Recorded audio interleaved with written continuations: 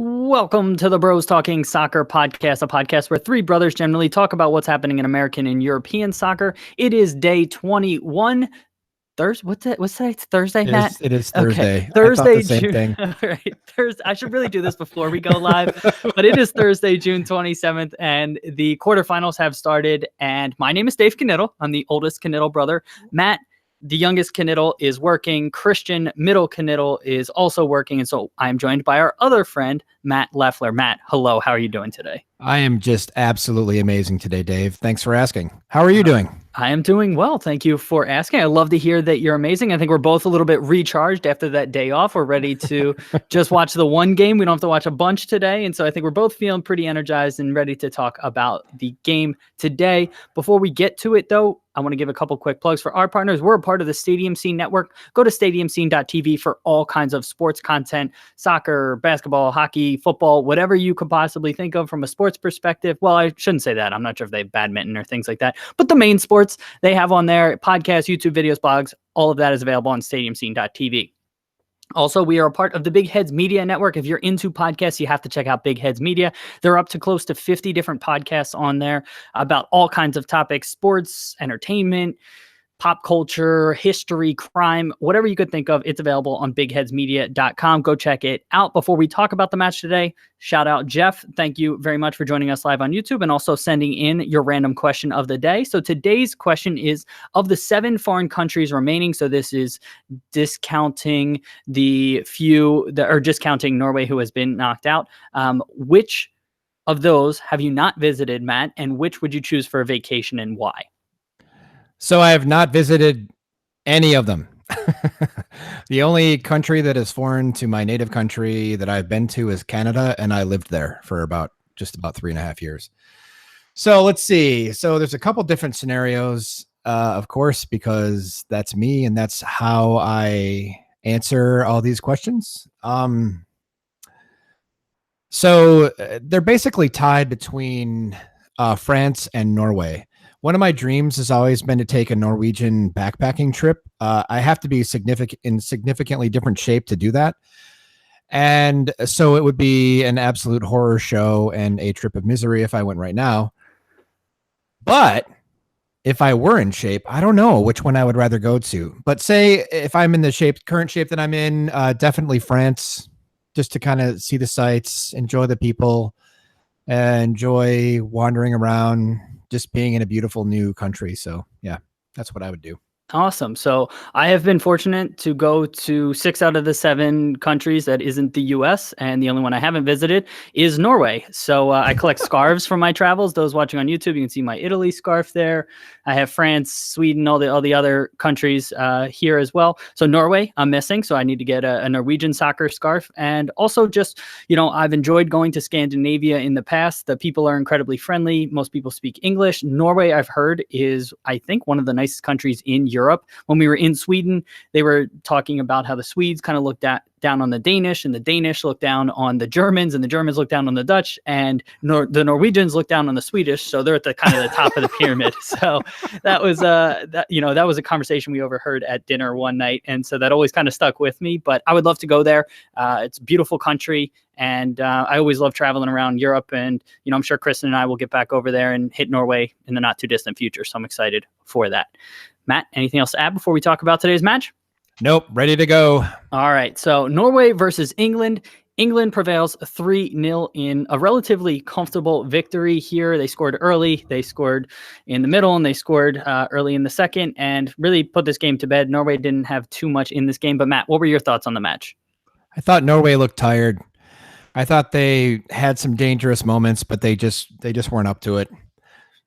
England, despite having some kind of reckless moments, they just looked better prepared, whether that be physically or mentally.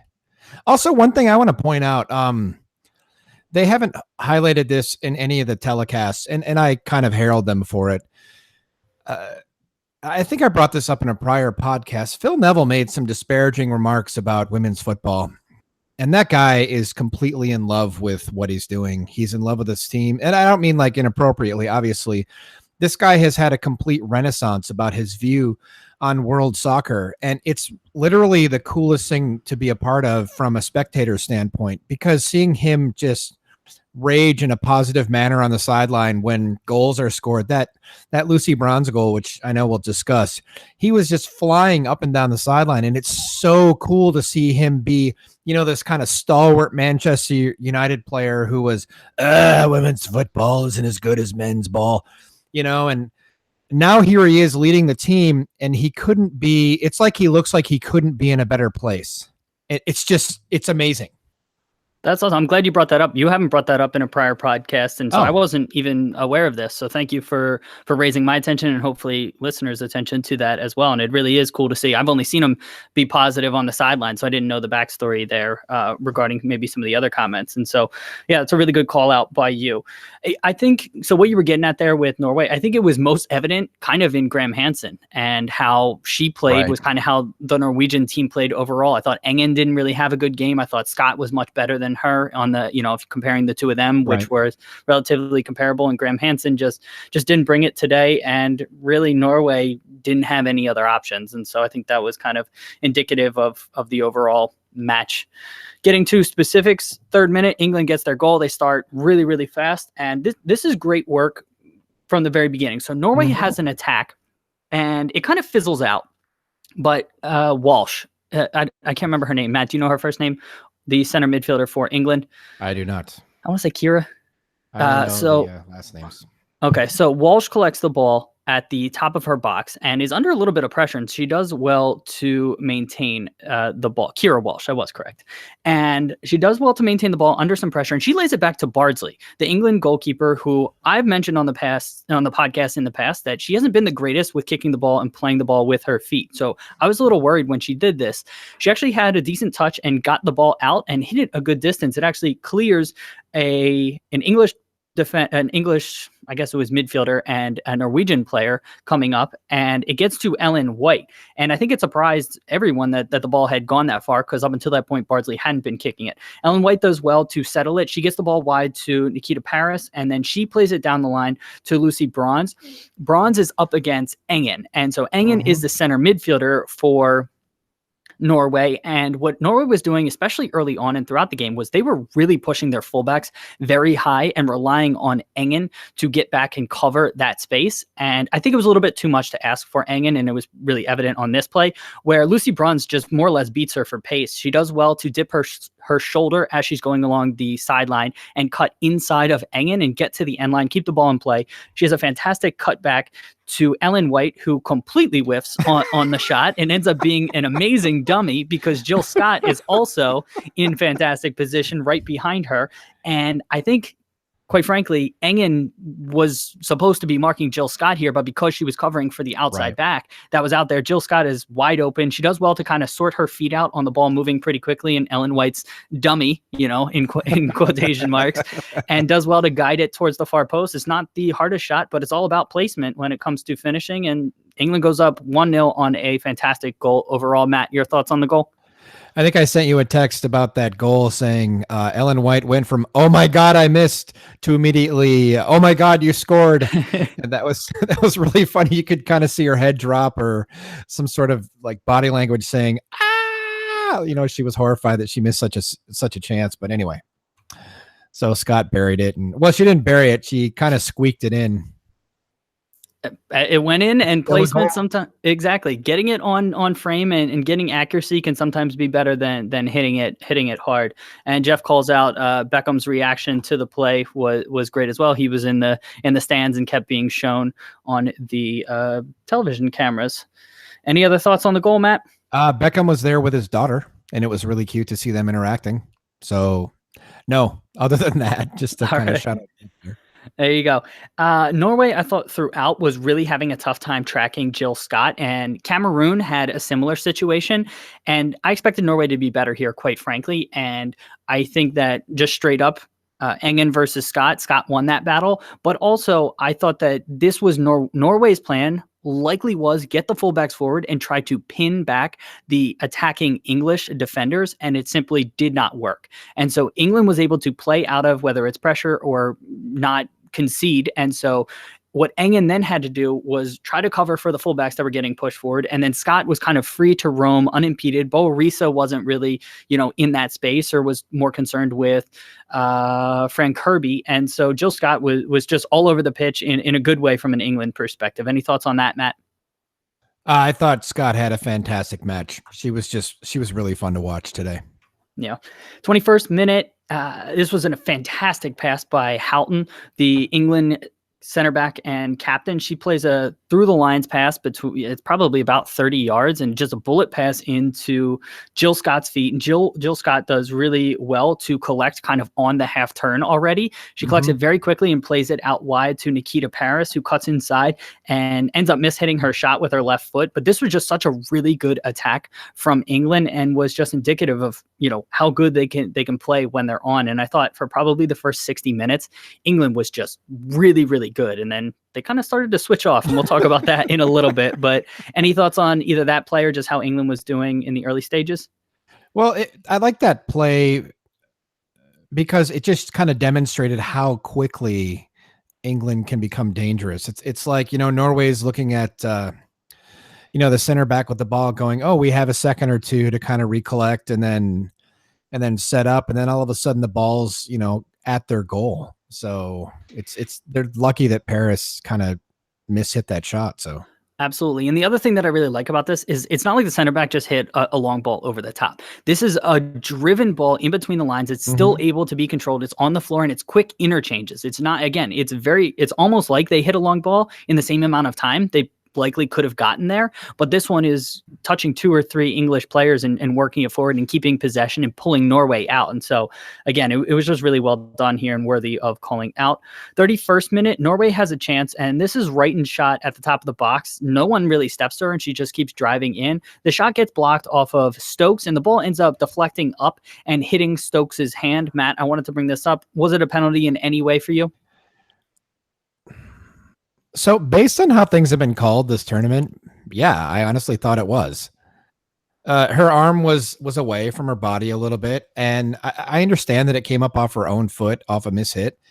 But when I saw the replay, I actually kind of expected it to be a penalty. So I was okay that it wasn't, but it did seem inconsistent to me based on what we've seen thus far.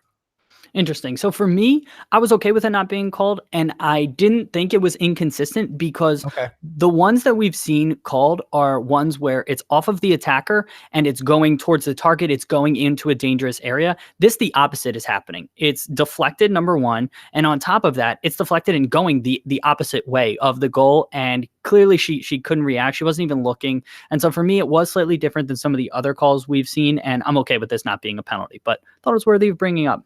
Any other thoughts? No, sir.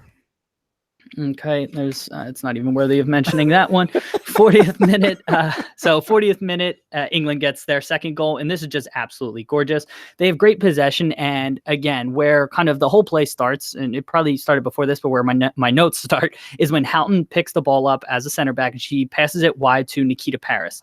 Lindsey Bronze is sprinting down the touchline very wide, and the ball is played out to her by Nikita Paris. And Lindsey Bronze here does a really interesting disguised pass where it looks like she's going to play it down the touchline. And I think it wrong foots the Norwegian defender because she takes away that pass, and Bronze sort of chops her feet and is able to play it inside. It's a very small window, but she creates it just by moving her feet ever so slightly. And I thought that this was so smart. I thought she was the best player for England today. I was really impressed with Lucy Bronze. I know she's been hyped in this World Cup. I haven't seen it until this game, and she was absolutely fantastic. Any other thoughts before I continue with this play? No, that I was going to basically back up what you just said, saying that she has really grown into the tournament officially in this match. I thought she was not living up to the hype up until this game, and she was electric today. Absolutely. So after Paris had played the ball to Bronze, Paris continued her run inside, and Bronze is able to work it back to Paris. She then just has a pass on the ground to Ellen White. I'm now thinking that Houghton may have just played it to Bronze. I don't remember if Nikita Paris was involved earlier on. I may have my notes wrong here, but I do know that Lucy Bronze gets the ball out wide, and she passes it to Nikita Paris, who's inside in some space, and she's unmarked. I thought she should have shot here, but she does very well to play it across the top of the box or across the top of the 6-yard box, and Ellen White is wide open for a tap. And this was an excellent team goal. It rivals the Japan team goal from yesterday or from 2 days ago for me for possibly team goal of the tournament, possibly goal of the tournament. But any other thoughts on this goal? It was really pretty to watch. I know it sounds cliche to say, but it's just one of those things where you're like, oh yeah, okay, that was nice. Okay. Yep. All right. And then it goes to half 2-0 for England. 47th minute, halftime comes out. Carolina Graham Hansen tried to settle. So she had this half chance with the ball on the 6-yard box. This was really good interchange by Norway. The ball gets floated into the 18-yard box. And was it Herlovsen? Herlovsen heads it across, and Carolina Graham Hansen is 7 yards out. And the ball sort of takes this bounce. Right. And I think she's a little confused on whether to, well, she's definitely confused because she tries to settle it 7 yards out. And she needed to do anything in her power to take this first time. If it's a knee, if she has to stoop down, whatever, she needed to do that here. And there was another chance I noted from the first half where I think it was Movold, who is the outside back, but she had a half opportunity where England had been pulled apart. There was a slight opportunity. She had to go with her head, just do something to get the ball on target while England is scrambling. And Graham Hansen, again, getting back to this 47th minute chance, she tries to take a touch, and I think it's Houghton that comes back and clears it. But again, Norway was just a step slow. They just weren't, taking their chances and throughout. And, it was unfortunate here. Any other thoughts on that? No, you pretty much summed it up. So, all right. 57th minute is when England gets their third goal and the match is more or less over. So England has a free kick. It's probably about 20 yards out, but kind of near the corner of the 18. So it's a couple of yards outside of the 18-yard box, but it's towards the corner on the near side of the pitch from the television cameras. And Beth Mead plays the ball just across the top of the 18-yard box, and Lucy Bronze is completely unmarked. She does very well to take it first time with her right foot. It's kind of an awkward angle to take a right-footed shot when the ball is coming across her body that way, but she does fantastic to make contact, keep the ball low, and keep a ton of power on it, and fires it right over Helmseth. England goes up 3-0 here. Matt, let me get your thoughts before I just remount Norway. So what were your thoughts on the goal? So that goal was insane. That thing was a thing of beauty. It was a lightning bolt off Bronze's foot.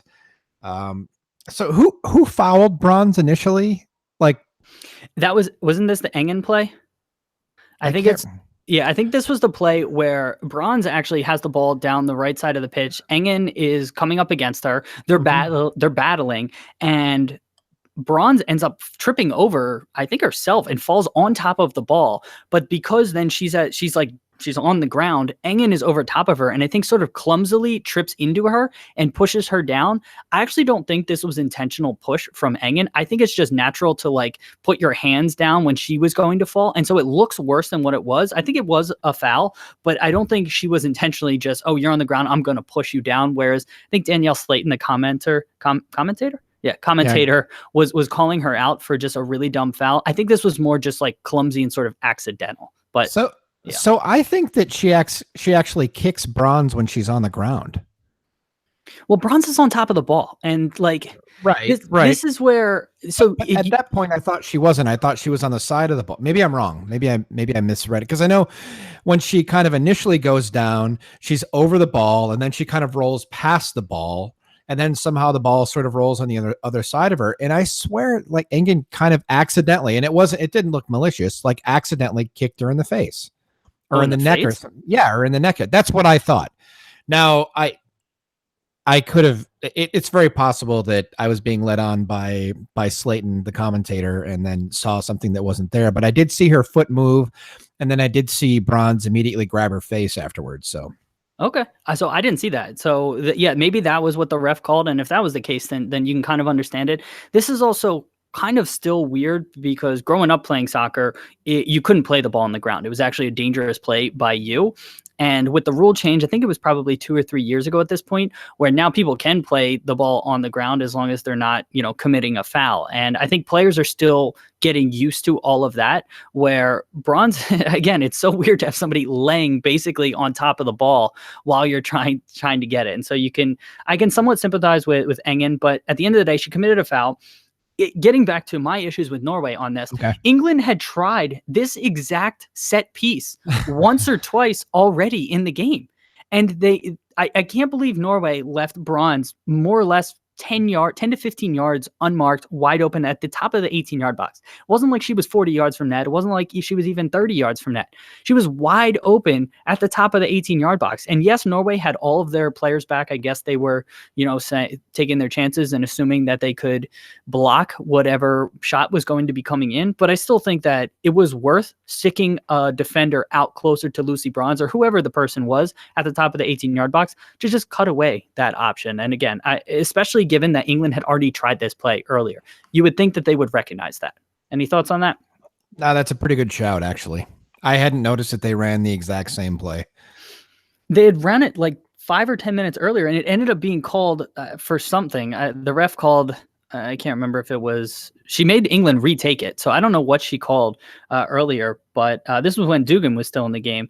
And again, that was the one I can recall. So you would have thought Norway would have been switched on to that England was trying to do this, but clearly they weren't. 66th minute, England has a terrible back pass by Bright, the center back, who had a couple sort of interesting decisions, especially as the game wore on. And Bardsley can't get to it. Utland comes through. She gets it in front of Bardsley. She goes towards the end line. Again, her touch just takes her there. Bardsley is recovering. She can't get back, and Utland puts the shot on target. Houghton does very well to get back and clear this off the line. But this was kind of... England has done this in at least 2 games that I can recall, possibly 3, where they just don't close out games. They get to the 60th, 70th minute, and then they just start to mentally shut off, and then you start to see these mistakes. I don't know if it's because most of these matches, they're already winning, handedly, and they don't need to be as sharp, but it's a worrying sign if I'm an England fan moving forward in this tournament, because that's not going to fly against France or the US or whoever they meet in the final if they manage to get through. And so that's something that they really need to clean up. Matt, thoughts on that? It is definitely a worrying trend. I don't understand why it's happening. And England haven't they the first game they kind of shut off, and then Scotland scored. And then didn't they win their second match 1-0? I believe so. And so it's not like they were winning by huge margins to where they should feel like they should be able to mentally shut off, like, oh, we've got this. I mean, today you're up 3-0. The chances of another Scotland debacle happening are very, very, very low. But Norway is a quality side, no matter how hard they played against Australia. By the way, I got to bring this up. I think the Australian match really took a lot out of Norway. They certainly looked really tired today. So that's a really good shout, and I don't think we've done enough to address that. That went to penalties, right? And so yeah. And England was not really troubled in their Cameroon match, and so I think that probably played a role here. That's a really good shout. Thanks. All right. Didn't know if you had anything else you wanted to say. Nope. 69th minute, there's just Norway has another really good chance, and this is just a simple through ball by Norway, and the English center backs just don't deal with it. And this is something that happened again in prior matches where I think Norway could have done more to just put the English center backs under pressure. And again, this is just a simple through ball. Herlovsen, it just bodies off Houghton. Houghton just, again, I think it was too weak in the challenge, and Herlovsen has a one-on-one with Bardsley. Houghton is still sort of pressuring her, but Herlovsen gets a low shot off, and Bardsley does really well to get down and save it well. But again, another worrying sign for England, where this is just a simple through ball that you would expect either a center midfielder to be there or your center backs to deal with the ball and to not concede this chance. Because if this is 3-1 in the 70th minute, Norway only has to get 2 goals in 20 minutes. I mean, that's doable. So they just need to clean things up. Thoughts? Yeah, it's kind of frustrating to watch games like this, because you're going like, why are you putting your keeper under such pressure here? It's like she doesn't need the practice, clearly, because she's a really good keeper. And like, this clean sheet really falls on Bardsley's shoulders. She's the one who maintained it. Her defense did not play well enough against a quality team to maintain a clean sheet, but yet she had a great match. And so I've kind of decided that England's going to be my team now that Canada's out, if the United States goes out versus France. I actually think it'd be great if either France or England win the World Cup, aside from the United States. But if they just play sloppy defense like this, it's not going to fly. They're not going to win. So Well, clean it up, England. All Come right. on. 82nd minute is kind of the last noteworthy thing that happened in this game from my perspective. There's a free kick, again, from a dangerous area by England. Mead floats it in, and Tori's daughter just straight up pushes Houghton, and it's a penalty, 100% a penalty. And then I think Tori's daughter accidentally steps on Houghton, and that's why she was holding her arm there. Paris steps up to take the penalty by the 83rd minute, and this is one, Matt, similar to the one we were arguing about. I can't remember. I guess it was the Becky one. Yeah. But this one I feel like is worse than the Becky one because it is totally higher and it's a little bit more savable. Having said that, she hits the target. At the end of the day, it's not a great penalty. It's not even a good penalty, but I don't think it's a horrible penalty. She hits it with pace. She hits the target. Yes, it's a poor height. I'm not saying it's a great penalty, but I don't think it's a terrible penalty. Matt, thoughts on the call and or penalty? So she put it pretty much exactly where you don't want to put it. It was significantly worse in placement from Becky's. Going back and rewatching Janine Becky's penalty, that keeper had to make a fully outstretched save. The Paris penalty today was not like that.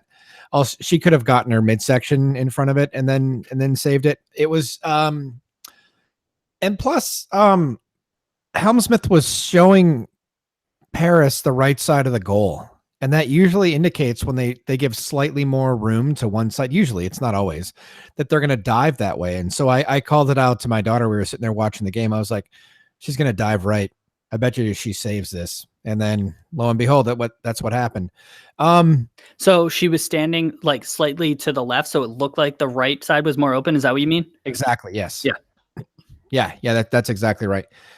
And this is just me who's noticed that. It's not like there's been a study done on this, where statistically, if they show more space to one side, they dive to that area. But it kind of makes sense that you're trying to close off one thing from a mental standpoint and give more openness to the other side. So yeah, in high school, I played soccer with the number one goalkeeper in the country. He was actually signed by Man City, but he couldn't get a work permit. So he ended up having to stay in the US. He was 6'8", just an absolute freak. And, was number one recruit and all of that. I think he got hurt in college and didn't end up going pro.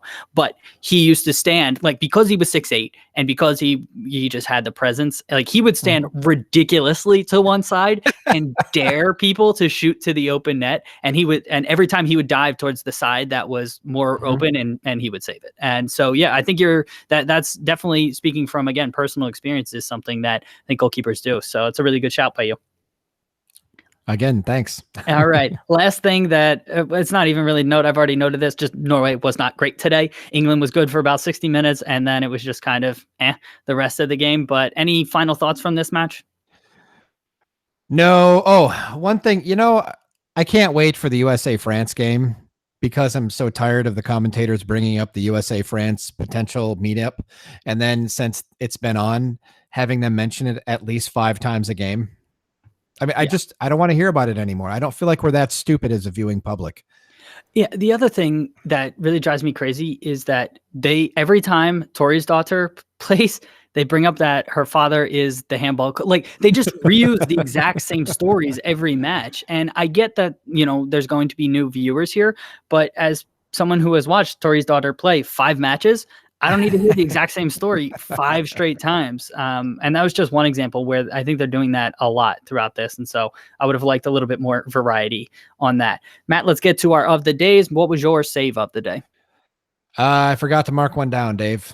Okay, so I'll take the 69th minute save by Bardsley on Herlovsen after she shrugs off Houghton and does really well to get down low and keep it out again. That was a little bit more clinical, what's her name? Houghton clearing it off the line was a little bit more, dramatic, but this one's just good goalkeeping. So that's why I have that slightly ahead as my save of the day. Matt, what about you? Let me slow down. What was your goal of the day? It was the 3rd goal for England. The Lucy Bronze, cannon strike off that free kick was a thing of beauty. All right, I'll take England's 2nd goal because it was a little bit more of a team goal, a little bit prettier from that perspective. And Matt, you, I think, muted your video. You didn't mute your mic when you tried to call. Damn, that's that all right. Sorry about that. That's okay. Yeah, so I'll take that second goal by England. Just excellent team play. Again, that disguised ball by Lucy Bronze was so just like underrated and so subtle that I don't know if a lot of people are going to pick up on just how good that really was, because it just looks like a simple through ball, but she really creates that space just by chopping her feet ever so slightly. So that is my goal of the day. Matt, what was your moment of the day? It was just my moment of the day was is it Phil Neville or Gary Neville? It's Phil. Okay. The Phil Neville celebration after the Lucy Bronze goal. That was amazing. I'm in agreement. Yeah, that was awesome to see. You could just see the passion. You could see that, hey, in all likelihood, they're moving through to the semifinals, and that was a huge deal, an excellent goal. And yeah, I'm going to agree with you on that being the moment of the day. Matt, I know you said you're tired of talking about it, so let's talk about it. England versus U.S. plays tomorrow, and the match is taking place at 3 p.m. Eastern Standard Time. We got France versus the USA. What do you expect to happen in the match? I don't know. I think France has the advantage for the first time ever, really, in a World Cup. A lot of times I think France just isn't mentally ready to play big games. I don't think that's the case anymore. I think they are. I think France is honestly a little better. It's Fox. I don't remember. They were doing some analysis of the game tomorrow. They said that basically they were doing like attacking, defending, midfield, and intangibles. I think that's what it was. And then it was pretty easy. It was pretty interesting. They said the attack it was tied. The midfield was the United States. Defending was they gave it to France, and I think it was speed or there was anyway. So France, they gave France two. The advantage to France on two of them, tied for one, and then gave the US one. And the one that they gave the United States was intangibles. So, and the reason why they gave the United States intangibles is because they said that Jill Ellis she just had more experience than the France coach. And so I found that really interesting, considering her lack of like tactical adjustments in games thus far. So I don't know, but Jill Ellis has been around a long time. She's been an assistant since Pia Sundhage, so maybe I'm wrong. I don't know what's going to happen here. I just find it interesting. So I was listening to the Totally Football Show. So it's a podcast based in Europe, but they had on their French correspondent or their guy from France. And he was basically saying how disappointed he was in their team, how he expects the US to just win, and he doesn't have confidence in the coach. And so it's just funny because I think we all get wrapped up and just are harder on the national teams that we support. And for that reason, like, I haven't been overly impressed with France. I haven't been overly impressed with the US's performances outside of the Thailand one, but we can't really take much from that anyways. And so neither team is coming in with a great run of form. Both struggled in their most recent match. I think the US benefits from having played 90 minutes versus 120 minutes, that the US has a little bit more depth in midfield. But I don't know what's going to happen here. I hope that this lives up to the hype, because everybody's hyping it up. And I really hope that they both come out and play back and forth. I could really see it being, though, exceptionally nervy, people making mistakes and being an ugly game, being very physical. And I just hope that doesn't happen. So I'm just rooting for an entertaining game, good soccer and open play. But I could very easily see this turning ugly, being very tight, being nervy, and not being the best display, because that's what usually happens in these games that are hyped up, And so I hope I'm wrong, but I could definitely see that happening. Any other thoughts from the game? No, sir. Who's the player you're watching out for tomorrow? I actually think that it's so in the United States, I would pick Tobin Heath, because if she holds up like she's been doing, then I think it's to the United States' detriment. Like, her desire to just like humiliate people and take them on 1v1 is not going to be helpful. It's just going to give France too much time. So if she actually goes back to kind of like one-touch passing and trying to play quickly, then I think that'll really help the United States going forward.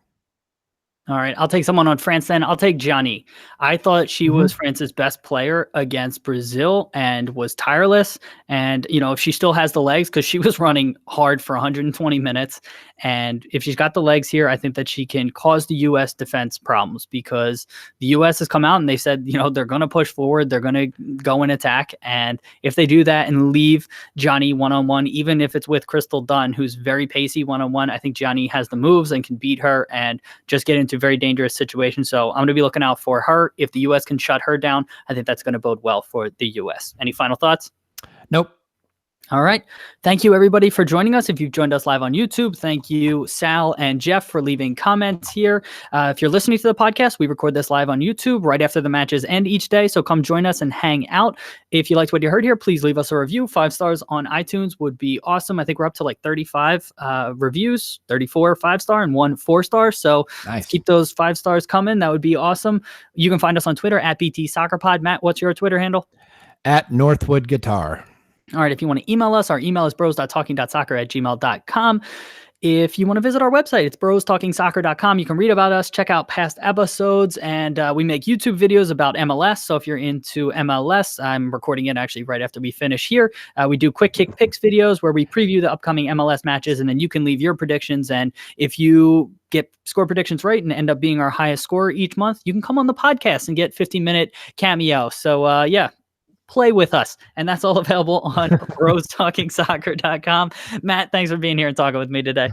Thanks for having me, Dave. I'll see you tomorrow. All right. Yes. Listeners, thank you for being here. We will talk to you tomorrow. We always appreciate you joining us. And yeah, we're excited for that France versus US match. We hope it lives up to the hype, but we'll be back to recap day 22 of the World Cup tomorrow. Thanks, everybody. Have a great day. And everyone on YouTube, Sal, Jeff, thank you guys for being here. We always appreciate you. Sal, yeah, the handball rules are confusing, and I think it's always going to be confusing until they make it just be something very crystal clear. I mean, soccer rules in general are meant to be kind of subjective and open to interpretation. And at the end of the day, I can live with that. I know other people can't and struggle with that.